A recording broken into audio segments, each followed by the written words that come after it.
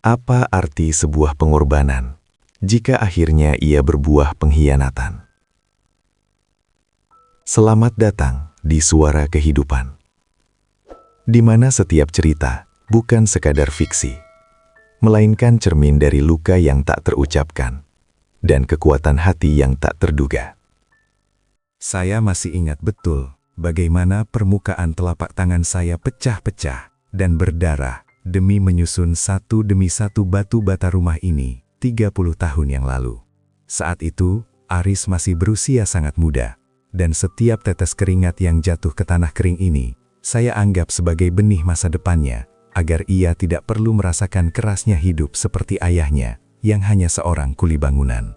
Saya bekerja tanpa kenal waktu, menahan lapar di bawah terik matahari yang menyengat kulit, hanya agar bisa melihat Aris tidur nyenyak di bawah atap yang kokoh, tanpa takut bocor saat hujan badai tiba. Tubuh saya yang dulu tegap, kini mulai membungkuk. Tulang belakang saya seolah memprotes beban berat yang saya panggul selama puluhan tahun, demi kenyamanan anak tunggal saya itu. Rumah ini bukan sekadar bangunan bagi saya. Ia adalah saksi bisu bagaimana saya membesarkan Aris seorang diri, setelah ibunya berpulang saat ia masih remaja. Setiap sudut ruangan menyimpan aroma masa kecilnya. Tawar nyahnya saat pertama kali belajar bersepeda di halaman, dan janji-janji manis yang dulu sering ia ucapkan saat ia memeluk leher saya yang penuh lumpur setiap kali saya pulang kerja. Saya merelakan masa muda saya habis dalam kelelahan yang luar biasa, mengabaikan rasa sakit di pinggang dan persendian yang kini mulai menagih utang di masa tua saya dengan rasa linu yang tak kunjung hilang. Saya tidak pernah mengeluh, karena bagi saya, kesuksesan Aris adalah obat paling mujarab bagi segala keletihan fisik yang saya alami sepanjang hayat saya. Saya merelakan masa muda saya habis dalam kelelahan yang luar biasa, mengabaikan rasa sakit di pinggang dan persendian yang kini mulai menagih utang di masa tua saya dengan rasa linu yang tak kunjung hilang. Saya tidak pernah mengeluh, karena bagi saya, kesuksesan Aris adalah obat paling mujarab bagi segala keletihan fisik yang saya alami sepanjang hayat saya. Namun kini, saat rambut saya telah memutih sempurna dan langkah kaki saya mulai terseret karena saraf yang terjepit, rumah yang saya bangun dengan cinta ini terasa semakin asing dan dingin setiap harinya. Aris, yang kini sudah berusia 35 tahun dan menjabat sebagai direktur di sebuah perusahaan besar, tak lagi menatap saya dengan kehangatan yang sama seperti dulu. Saya sering duduk di kursi rotan tua di sudut ruang tamu, memperhatikan bagaimana ia dan istrinya, Sarah, melewati saya seolah-olah saya hanyalah perabotan usang yang berdebu dan mengganggu pemandangan mewah mereka. Mata saya yang mulai rabun mencoba mencari sisa-sisa binar kasih sayang di mata Aris, namun yang saya temukan hanyalah kekosongan dan ambisi yang seolah-olah telah menelan habis jiwa anak kecil saya yang dulu begitu lembut. Ingatan saya terbang ke masa ketika Aris kuliah, di mana saya harus menjual satu-satunya tanah warisan di desa hanya agar ia bisa menyandang gelar sarjana dan tidak dipandang rendah oleh kawan-kawannya. Saya tidak pernah membiarkan Aris tahu bahwa saya seringkali hanya makan nasi dengan garam atau bahkan berpuasa selama berhari-hari untuk menutupi biaya kos dan buku-bukunya yang mahal di kota. Saya merasa bangga setiap kali melihat fotonya mengenakan toga, merasa bahwa semua pengorbanan fisik saya, punggung yang kini membungkuk, dan kaki yang sering kaku setiap pagi, adalah harga yang sangat pantas untuk melihatnya berdiri tegak sebagai pria sukses. Saya percaya bahwa dengan memberikannya pendidikan terbaik, ia akan tumbuh menjadi pribadi yang tahu cara menghargai tetes keringat orang tuanya yang telah menua. Aris adalah segalanya bagi saya, satu-satunya alasan mengapa saya masih bertahan hidup, meski tubuh renta ini seringkali memberontak, karena kelelahan kronis yang menumpuk selama puluhan tahun. Saya selalu membayangkan masa tua saya akan dihabiskan dengan bercengkrama bersamanya, menceritakan kembali kisah-kisah lucu masa lalu di teras rumah ini sambil menikmati teh hangat di sore hari yang tenang. Saya memberikan semua yang saya punya tanpa sisa, termasuk membalikan nama sertifikat rumah ini atas namanya sebagai hadiah pernikahannya 5 tahun lalu.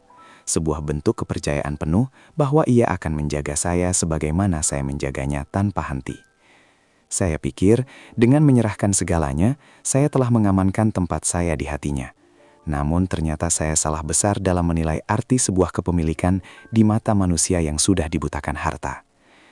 Namun perlahan-lahan, perubahan itu mulai merayap masuk seperti kabut hitam yang mencekik napas saya setiap kali saya mencoba bicara padanya. Sejak Aris menduduki posisi puncak dan menikahi Sarah, ia mulai merasa bahwa gaya hidup saya yang sederhana dan cara bicara saya yang lambat tidak lagi selaras dengan status sosialnya yang baru.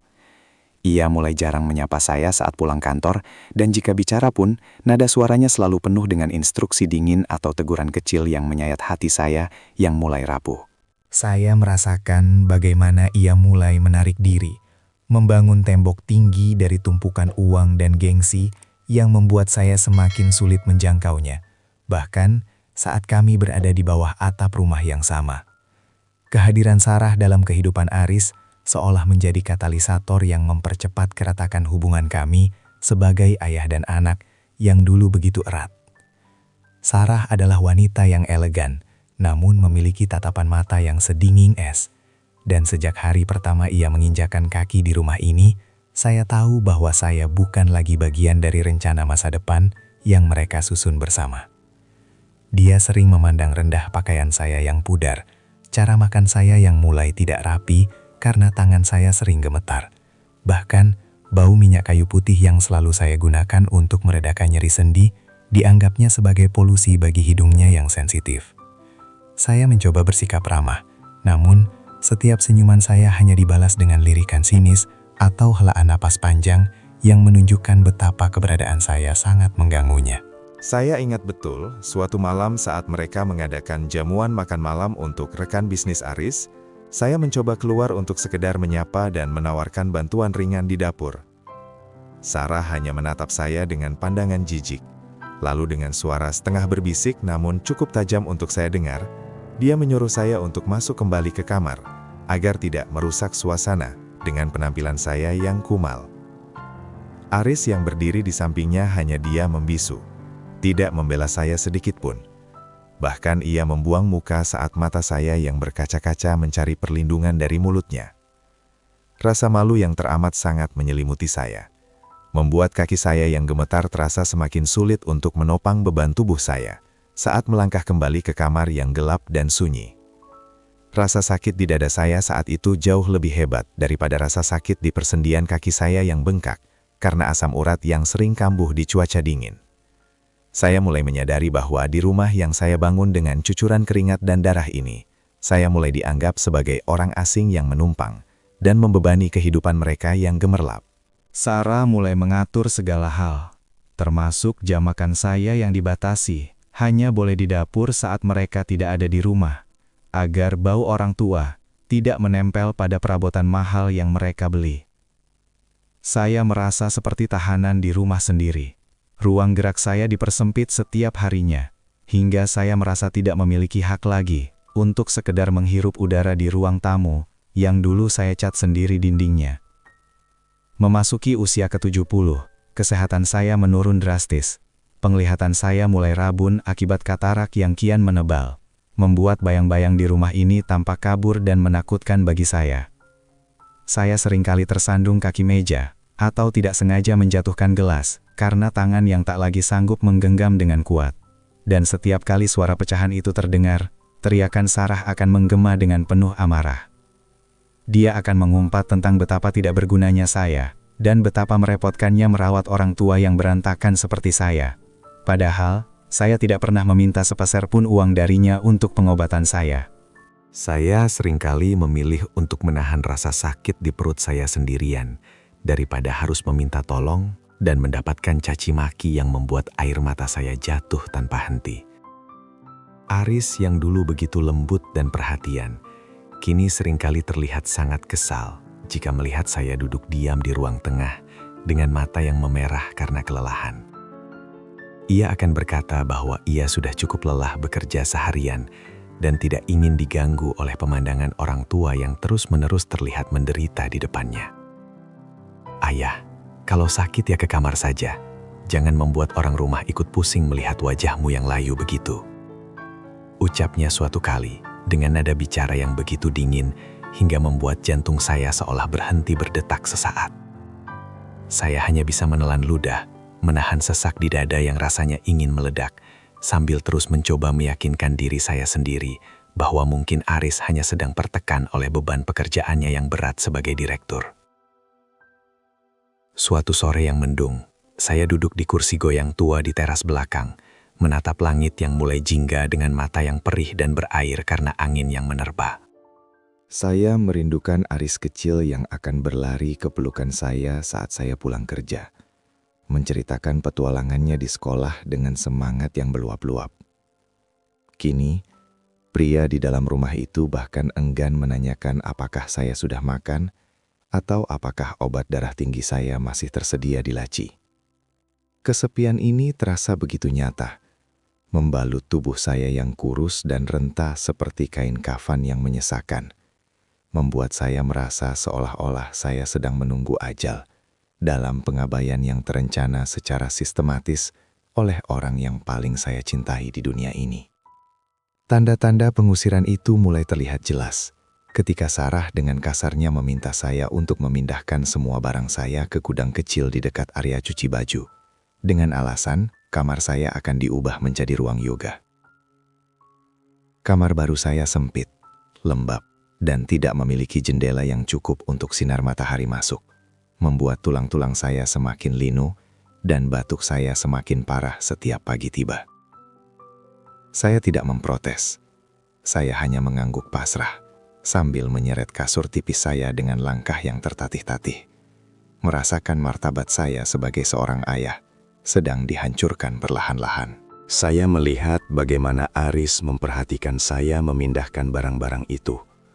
Namun ia hanya berdiri sambil memegang ponselnya, seolah-olah penderitaan ayahnya hanyalah sebuah gangguan kecil di tengah kesibukannya yang padat.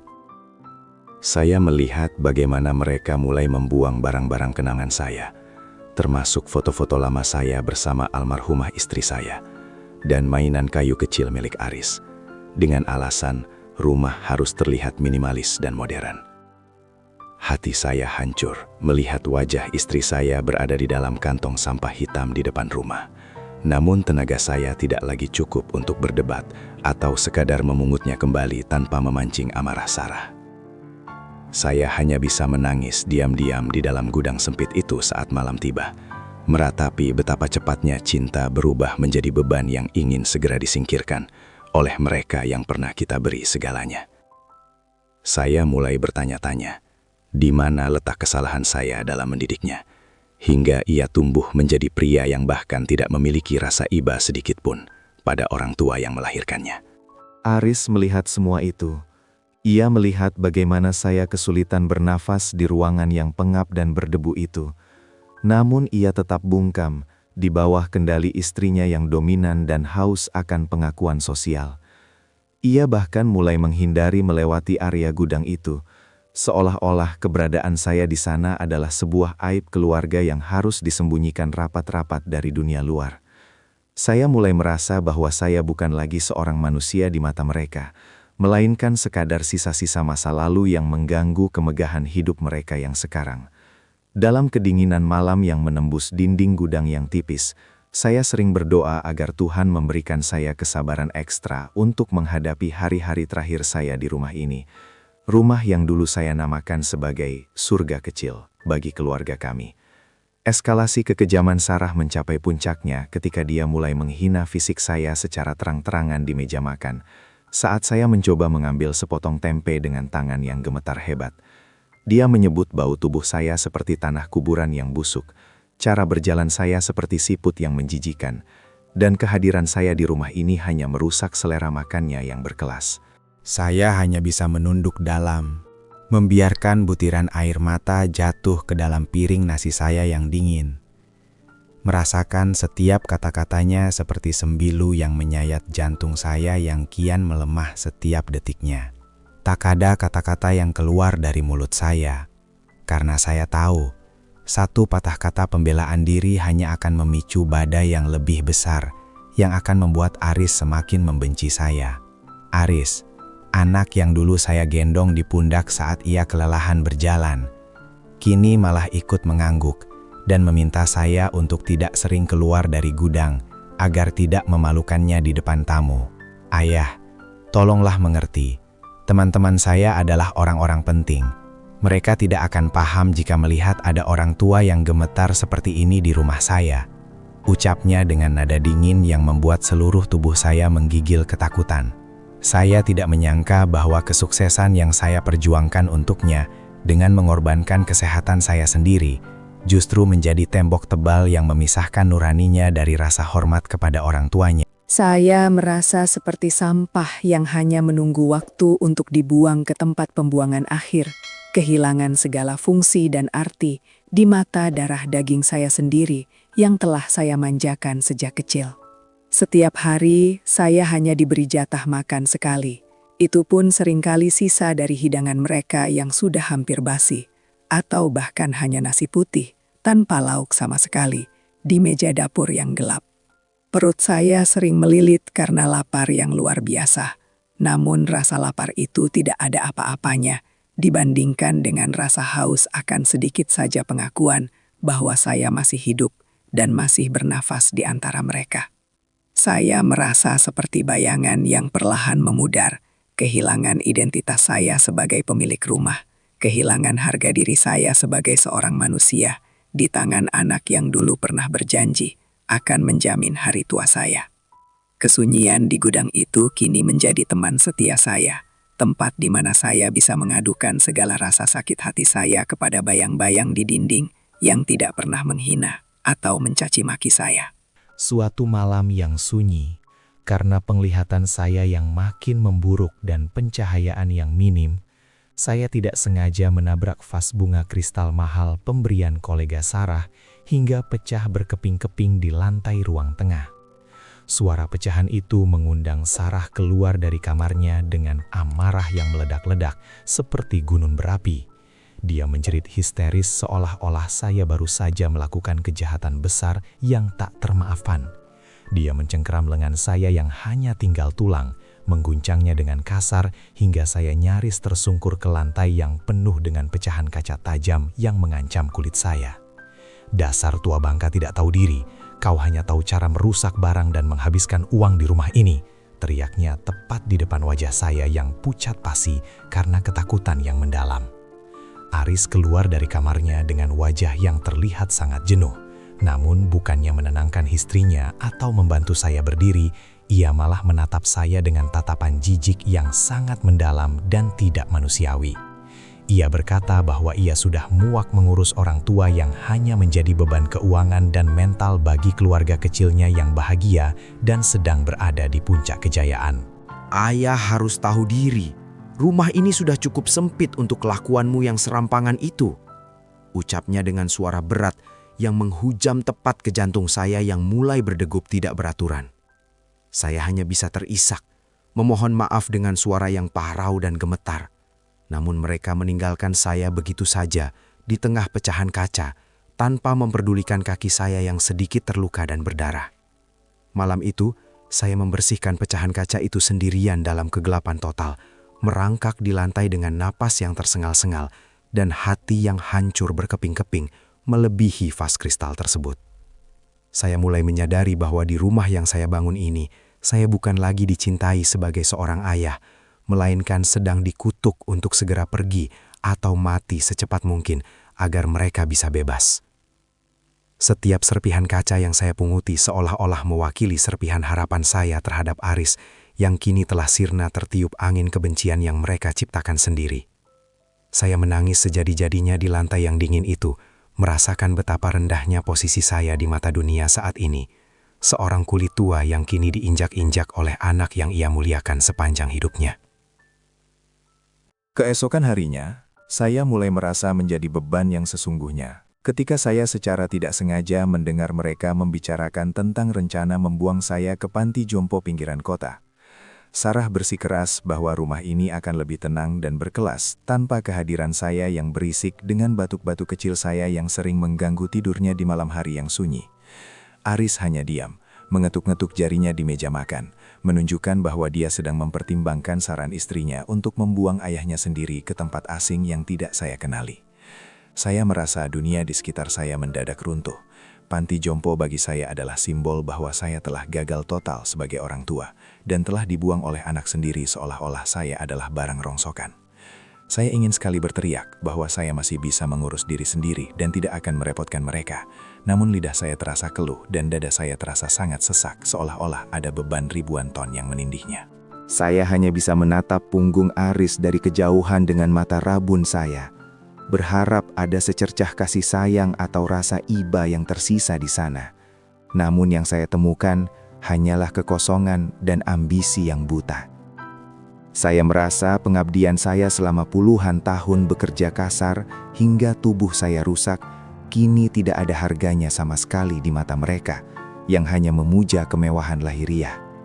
Saya mulai menarik diri sepenuhnya, menghabiskan seluruh waktu saya di gudang yang pengap, hanya ditemani oleh kenangan pahit yang kian lama kian menyakitkan untuk saya ingat kembali setiap detiknya. Setiap langkah yang saya ambil di rumah ini sekarang terasa seperti berjalan di atas duri-duri tajam, karena setiap sudut ruangan mengingatkan saya pada kasih sayang saya yang kini dibalas dengan penghinaan yang luar biasa. Saya mulai berdoa agar Tuhan segera memanggil saya pulang, agar saya tidak perlu lagi menyaksikan bagaimana anak saya sendiri menjadi orang asing yang paling kejam yang pernah saya kenal dalam hidup saya. Kesepian ini terasa begitu mencekik, lebih sakit daripada rasa linu di tulang-tulang saya. Saat udara malam yang dingin menembus celah-celah pintu gudang yang sudah mulai lapuk dimakan usia. Saya merasa martabat saya sebagai seorang manusia telah dicuri. Menyisakan sesosok tubuh rentah yang hanya menunggu waktu untuk benar-benar lenyap dari muka bumi ini, tanpa ada yang menangisi kepergiannya. Di tengah penderitaan dan pengabaian itu, saya sering mendengar bisikan-bisikan rahasia antara Aris dan Sarah di ruang tamu, saat mereka mengira saya sudah tertidur lelap di dalam gudang. Mereka berbicara tentang hutang perusahaan Aris yang mulai menumpuk akibat gaya hidup Sarah yang terlalu boros, dan bagaimana penjualan rumah ini bisa menjadi solusi instan untuk menyelamatkan wajah mereka di depan kolega. Saya terhenyak, jantung saya berdegup kencang, hingga terasa sakit di bagian dada kiri saya. Mereka benar-benar berniat menjual rumah yang penuh dengan kenangan ini, tanpa pernah meminta izin atau sekadar bicara pada saya. Hati saya hancur bukan karena rumahnya akan dijual, melainkan karena mereka tega melenyapkan satu-satunya tempat di mana roh mendiang istri saya terasa masih bersemayam bersama kami. Sarah terdengar sangat antusias merencanakan pindah ke apartemen mewah di pusat kota yang tentu saja tidak memiliki ruang tersisa sedikit pun untuk orang tua renta seperti saya. Dia tertawa kecil saat mengatakan bahwa mereka bisa menitipkan saya di panti jompo yang paling murah, agar sisa uang penjualannya bisa digunakan untuk membeli tas bermerek baru yang ia idamkan. Pengkhianatan ini terasa begitu nyata, merobek sisa-sisa harapan yang masih saya simpan rapat-rapat di sudut hati saya yang paling dalam terhadap anak kandung saya sendiri. Saya memeluk lutut saya di kegelapan gudang, menangis tanpa suara agar mereka tidak mendengar kerapuhan saya yang semakin menjadi-jadi setiap kali mendengar rencana jahat mereka yang tak berperasaan. Saya merasa sangat bodoh dan naif, karena dulu begitu percaya dan memberikan segala aset serta sertifikat rumah ini atas nama Aris, tanpa menyisakan sedikit pun perlindungan hukum bagi diri saya sendiri di masa tua. Namun, di balik kerentanan fisik saya yang memprihatinkan ini, sebuah kekuatan kecil mulai muncul. Kekuatan dari rasa sakit yang sudah mencapai ambang batas puncak sebagai seorang ayah yang dikhianati darah dagingnya sendiri. Saya mulai menyadari bahwa jika saya tetap diam, saya akan berakhir mati mengenaskan di jalanan atau di panti jompo yang tidak manusiawi tanpa ada perlawanan sedikit pun. Dalam gelap, saya merenungkan masa lalu. Teringat akan sebuah rahasia besar yang selama ini saya simpan rapat-rapat dari Aris demi melindunginya dari sifat serakah yang mungkin menurun dari keluarga besar ibunya. Apa yang mereka tidak tahu selama ini adalah bahwa di balik penampilan saya yang kumal sebagai mantan kuli, saya tidak benar-benar menghabiskan seluruh uang saya hanya untuk membesarkan Aris. Saya memiliki sebuah tabungan rahasia dan beberapa investasi tanah di pinggiran kota yang saya beli dengan harga sangat murah puluhan tahun yang lalu, yang kini nilainya telah melonjak ribuan kali lipat seiring perkembangan kota. Saya sengaja menyimpannya. Awalnya berniat untuk memberikan kejutan sebagai warisan tambahan yang sangat besar bagi Aris saat saya tiada nanti. agar ia tidak perlu khawatir akan masa pensiunnya. Namun kini, melihat kelakuan mereka yang begitu biadab, uang itu menjadi satu-satunya pelindung terakhir yang saya miliki untuk mempertahankan sisa harga diri saya yang tinggal sedikit. Saya mulai sering keluar rumah dengan alasan ingin berjalan-jalan sore untuk melenturkan otot kaki saya. Padahal sebenarnya, saya pergi menemui seorang rekan lama yang kini menjadi pengacara sukses. Dengan tangan yang gemetar dan penglihatan yang kabur, saya mengatur agar seluruh aset saya dicairkan secara diam-diam dan disiapkan untuk sebuah rencana yang tidak pernah saya bayangkan sebelumnya. Saya merasa seperti pengkhianat di rumah saya sendiri. Namun bukankah mereka yang lebih dulu mengkhianati cinta dan pengabdian saya demi segepok uang hasil penjualan rumah penuh kenangan ini?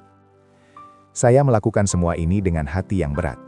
Air mata saya menetes ke atas dokumen-dokumen bank yang menunjukkan angka yang mungkin tidak akan pernah bisa dicapai oleh gaji Direktur Aris seumur hidupnya. Setiap kali saya kembali ke rumah dan melihat wajah angkuh Sarah atau sikap acuh tak acuh Aris yang memuakkan, saya hanya bisa tersenyum getir di dalam hati saya yang paling dalam. Saya melihat mereka sedang menggali lubang kehancuran untuk diri mereka sendiri, sementara saya sedang mempersiapkan pelarian dari neraka yang mereka ciptakan di rumah yang dulu saya cintai. Meski begitu, jauh di lubuk hati yang paling tersembunyi, saya masih menyelipkan doa agar Aris tiba-tiba berubah pikiran, memeluk saya dan meminta maaf atas segala perbuatannya sebelum semuanya terlambat. Saya merindukan anak saya, bukan hartanya. Namun nampaknya Aris lebih memilih mencintai tumpukan kertas berwarna daripada mencintai orang yang telah memberikan napas dan kehidupan baginya.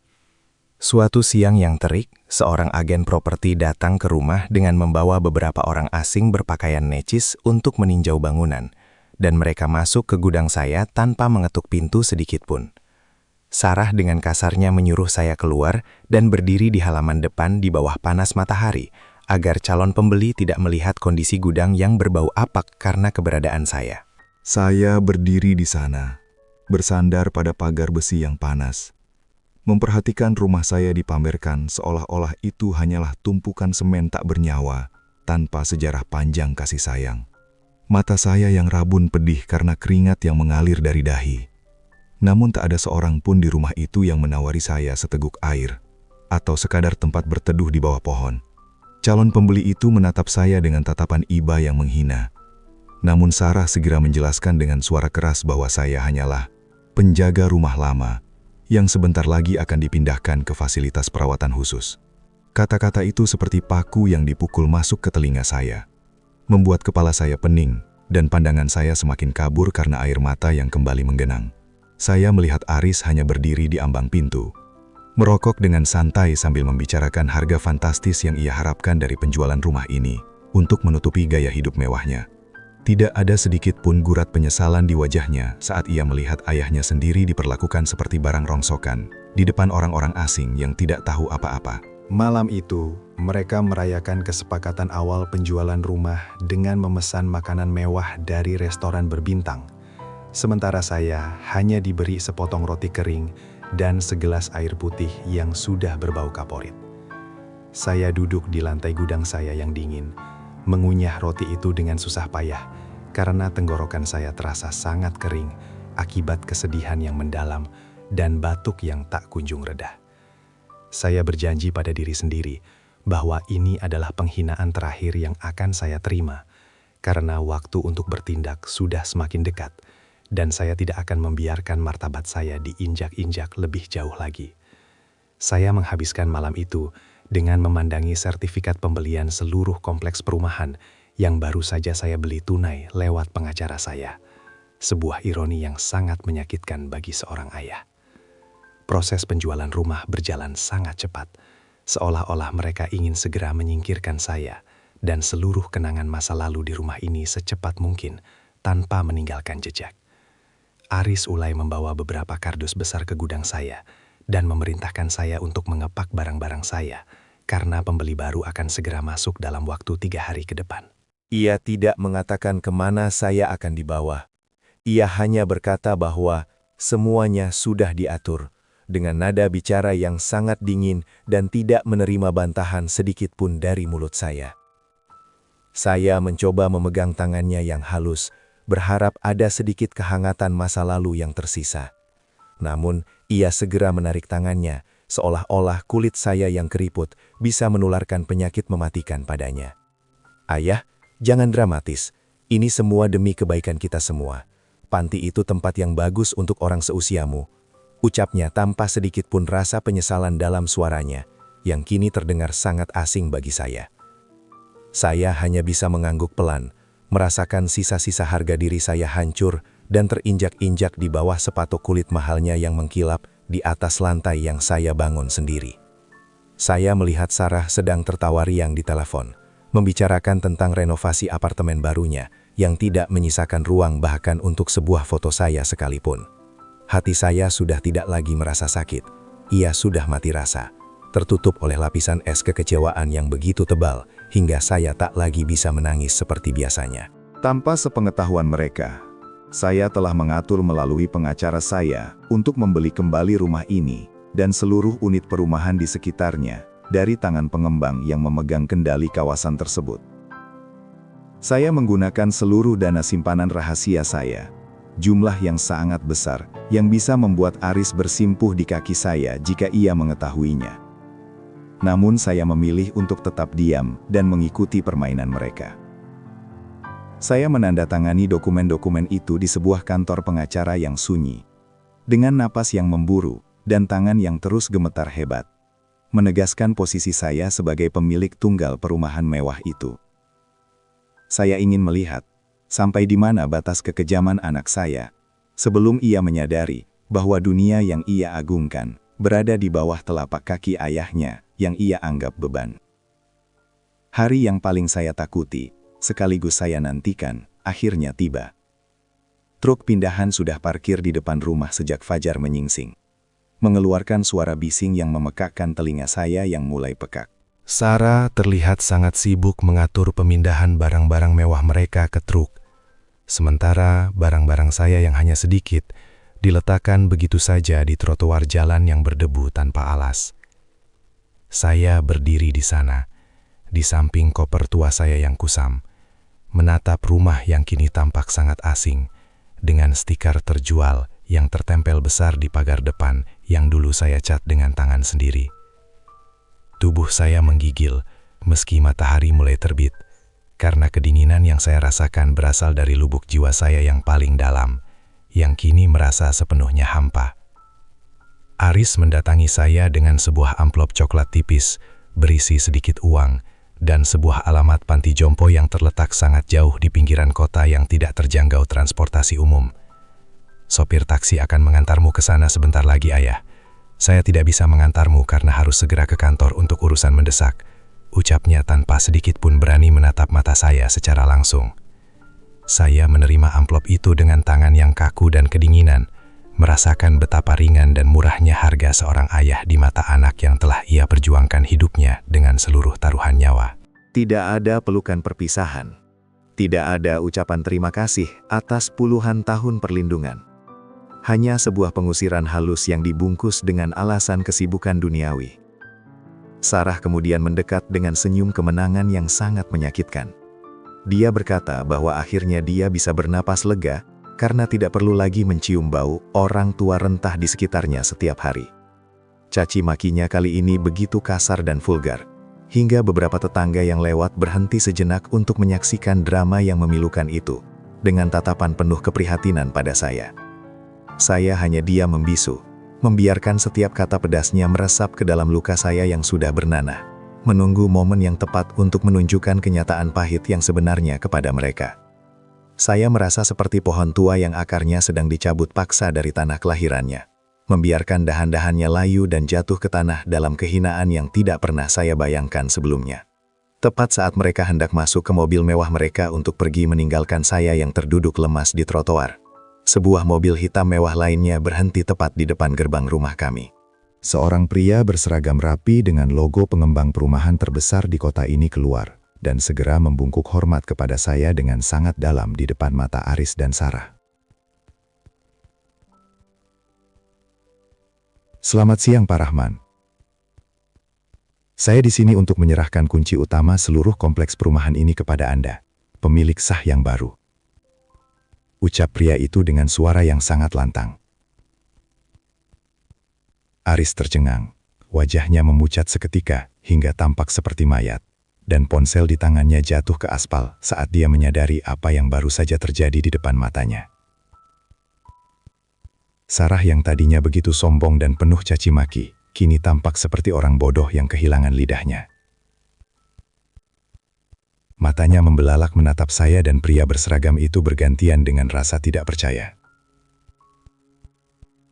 Mereka tidak menyangka bahwa orang tua yang selama ini mereka hina sebagai tua bangka busuk dan mereka anggap beban ekonomi, ternyata adalah miliarder yang membeli seluruh kawasan itu tunai. Saya menatap Aris dengan tatapan yang sangat lelah. Bukan tatapan penuh kemarahan atau dendam, melainkan tatapan penuh kekecewaan yang sudah tidak lagi bisa diobati oleh kata-kata maaf apapun. Kau menjual rumah ini hanya untuk menyelamatkan gengsimu, Aris. Tapi kau tidak pernah tahu bahwa ayahmu sanggup membelikanmu dunia jika saja kau masih memiliki sedikit nurani. Suara saya lirih dan bergetar karena emosi. Keheningan yang mematikan menyelimuti jalanan itu selama beberapa saat. Aris mencoba mendekat ke arah saya, mencoba memegang bahu saya dengan suara yang tiba-tiba berubah menjadi lembut dan penuh permohonan yang menjijikan. Ayah, kenapa ayah tidak bilang dari awal? Kita bisa membicarakan ini baik-baik. Kita tidak perlu pindah. Ayah adalah pemiliknya sekarang. Ucapnya dengan nada gemetar yang sangat dipaksakan. Saya hanya bisa tersenyum getir, merasakan kemuakan yang luar biasa di dalam dada saya, melihat betapa cepatnya sikap seseorang bisa berubah total, hanya karena melihat tumpukan harta yang melimpah.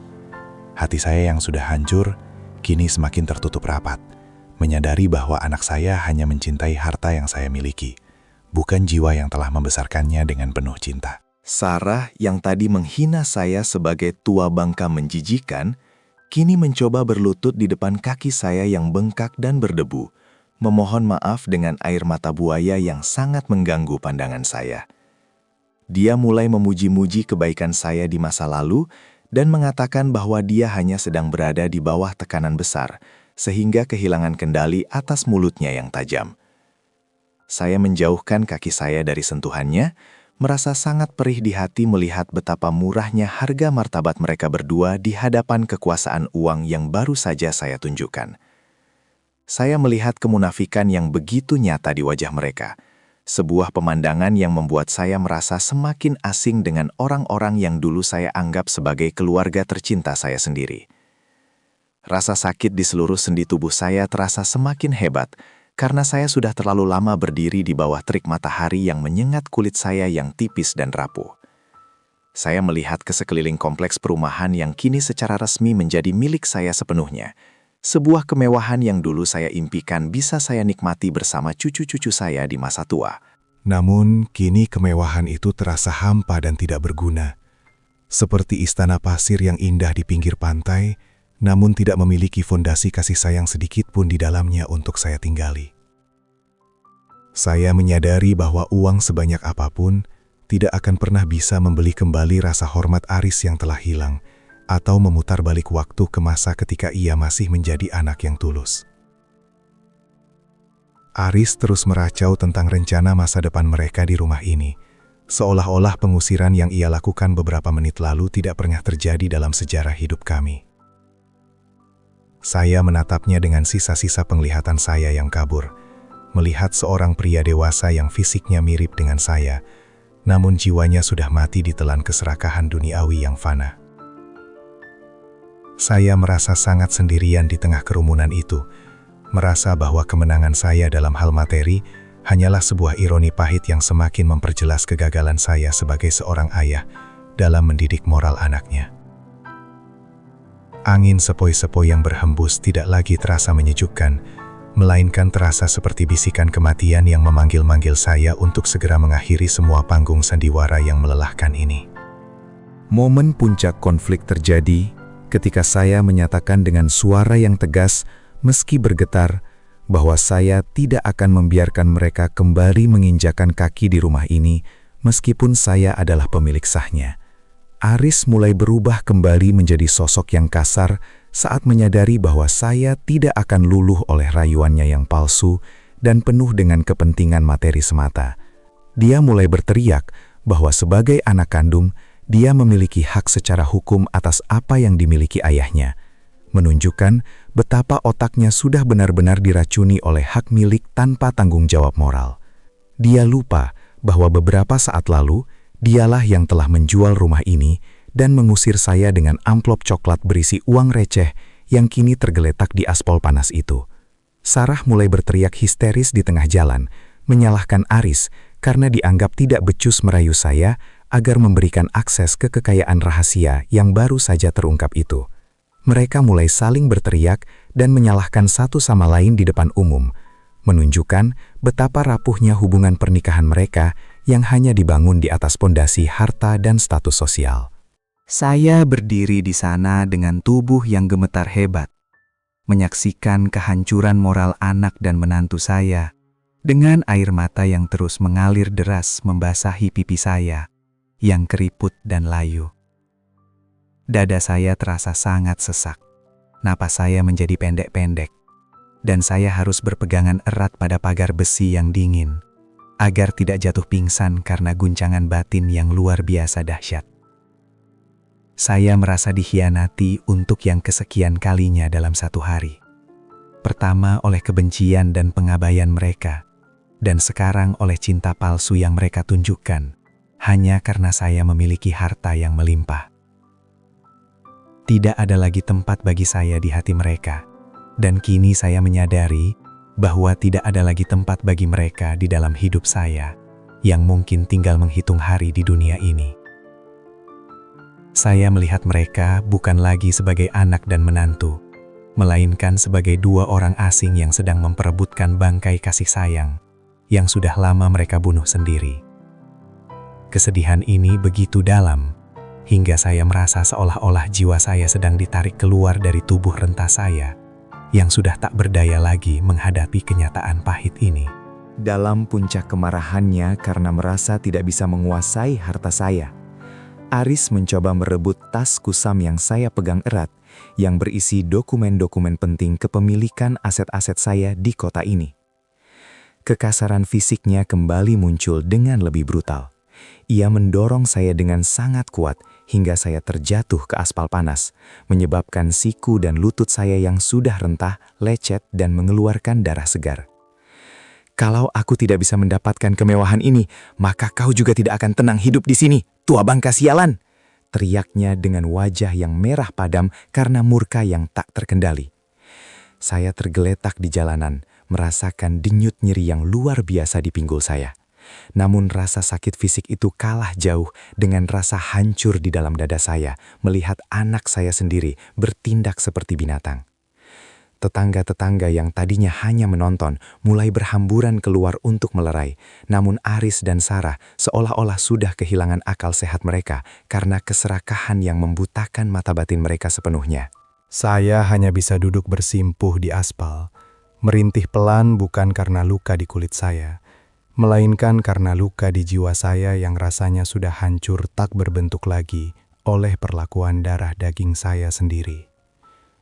Saya melihat anak yang dulu saya timang dan saya lindungi dari gigitan nyamuk, kini berdiri di atas saya dengan tangan mengepal, siap untuk menghancurkan orang yang telah memberinya kehidupan dan masa depan. Dunia terasa berputar di mata saya, suara-suara di sekitar saya menjadi samar, menyisakan denyut kesedihan yang berdetak seirama dengan detak jantung saya yang melemah. Sarah terus menghasut Aris untuk menuntut saya secara hukum, mengklaim bahwa saya telah melakukan penipuan dengan menyembunyikan kekayaan saya selama ini dari mereka yang merupakan ahli waris sah. Mereka benar-benar tidak memiliki rasa malu sedikit pun. Mereka merasa sebagai korban, padahal merekalah yang telah menusuk punggung saya berkali-kali dengan belati pengkhianatan yang paling tajam. Saya hanya bisa memejamkan mata, memohon pada Tuhan agar memberikan saya kekuatan terakhir untuk bisa bangkit dan melangkah pergi dari kegilaan yang diciptakan oleh anak yang paling saya cintai ini. Saya menyadari bahwa rumah megah ini bukan lagi tempat tinggal saya, melainkan sebuah monumen kegagalan cinta yang akan terus menghantui sisa hidup saya jika saya terus bertahan di sini. Aparat kepolisian akhirnya datang setelah menerima laporan dari tetangga tentang keributan dan tindakan penganiayaan yang dilakukan Aris terhadap saya di depan umum. Saya melihat dengan mata kepala saya sendiri bagaimana Aris diborgol dan dipaksa masuk ke dalam mobil polisi, sementara dia terus meronta dan mengumpat kepada saya dengan kata-kata yang tidak pantas diucapkan oleh seorang anak. Sarah hanya bisa menangis histeris di pinggir jalan, bukan karena suaminya ditangkap, melainkan karena dia menyadari bahwa semua akses menuju kekayaan saya telah tertutup rapat selamanya bagi mereka. Saya melihat mereka dibawa pergi menjauh, meninggalkan keheningan yang mencekam di depan gerbang rumah yang penuh dengan kenangan pahit dan sangat sedikit sisa manis di masa lalu kami. Saya masuk ke dalam rumah kosong itu untuk terakhir kalinya dengan langkah yang sangat berat dan napas yang tersengal-sengal, mengambil satu-satunya foto mendiang istri saya yang sempat saya selamatkan dari tumpukan sampah. Rumah ini sekarang terasa begitu luas, namun sangat menyesakan. Setiap sudutnya seolah membisikkan kembali caci maki dan penghinaan yang saya terima selama berbulan-bulan terakhir di sini. Kaki saya terasa sangat lemah, setiap inci tubuh saya terasa sakit luar biasa, dan penglihatan saya semakin menggelap karena kelelahan fisik serta mental yang sudah mencapai batas maksimal manusia. Saya menyadari bahwa kemenangan materi saya dengan memiliki seluruh perumahan ini tidak memberikan kebahagiaan sedikit pun.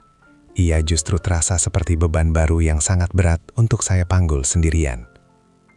Duduk di lantai ruang tamu yang dingin, saya meratapi nasib saya sebagai seorang ayah yang kini tidak lagi memiliki siapapun untuk diajak bicara atau sekedar berbagi cerita di masa tua. Saya telah memenangkan pertarungan harta, namun saya telah kalah telak dalam mempertahankan keutuhan keluarga dan hati anak saya yang kini sudah hilang entah kemana jiwanya. Saya merasa seperti pecundang yang memenangkan piala dari emas murni, namun harus berdiri sendirian di atas panggung yang gelap, tanpa ada satupun penonton yang bertepuk tangan.